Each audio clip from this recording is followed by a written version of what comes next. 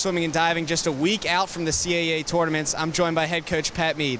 Now, Coach, in this last week of practice, how important is it for the swimmers that might be on the bubble to really perform well in practice so that they can make it down to the tournament? That's exactly what it is. You know, we basically submit our top 22 competitors on Wednesday. A psych sheet comes out Friday, and Monday we make the final scratches. So if there's ever a time that they need to actually dress to impress, this week they've got to do it. And it's the swimmers, it's the divers, because based on what we see this week, with the rest that we're going to give them this week, that'll be the final, the final countdown and the final factors that we'll use in evaluating who's going to go to the meet. Now, who do you expect to make a splash out in the tournament? Excuse the pun, but who do you like that not everybody's expecting to step up big in the CAA tournament? On the men's side, I think, there's a number of guys. I think, you could see somebody, at the higher end of things. I think people could see somebody like Andy Disco. He could actually find himself on the podium. I think that across the board for our men, you're going to see some people like Matt Lowe, Collingwood, somebody like maybe a John Forrester, Zach Stone. I mean, these are names that, we've actually seen them do stuff this year, but I think the conference as a whole, if you go onto the chat boards and things like that, they're not giving them any credit. And I think that'll be the thing that, if they actually place into the top 8, some of them actually make it to the podium, that'll turn some heads. And on the women's side, I think people like Melanie Rowland, Kendall Towie, and I think that some of our backstrokers, possibly some of the backstrokers and breaststrokers, again, those are probably some of the events that I'm struggling with right now, trying to figure out who's going to go. And I think the other really key thing for our women is our divers. If we decide to take all 5, where do they end up? Are we able to get 4 into the top 8? Are we able to get all 5 scoring?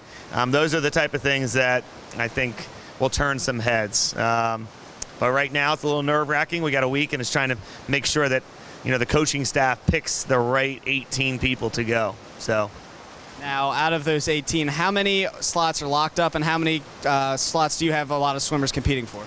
On the men's side, I'd say all but maybe 3 spots are secured, and on the women's side, we get to number 10 every day. We get to 10 and we say who's 11th, 12th, 13th, 14th. It goes from 11 to about 24 girls. So those 14 girls are vying for our last 8 spots. So it's a little nerve-wracking for them.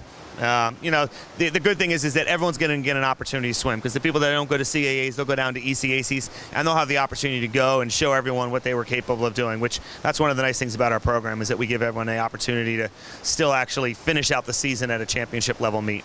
Now, you and I have talked the last couple weeks about about the divers, I'm sorry.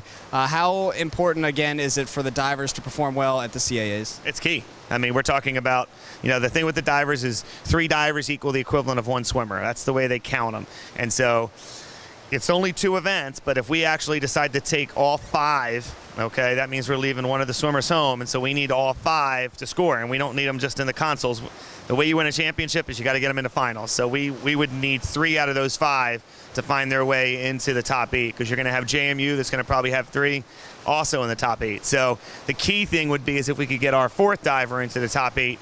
So they've got to really hit it. Me and my wife got in a little bit of a tiff today as we're talking, and because each coach kind of comes forward and gives their list, and I ultimately make the decision. But so I'm saying to my wife, who's a diving coach, okay, where are they going to be? And I think yes. I'm like, don't tell me I think. Where are they going to be? Because that's the same thing that the other swim coaches are doing too. We put the same pressure on ourselves, so we need to know, how our people are going to perform. And I think the kids get that, and now it's up to the coaches to kind of make those final decisions.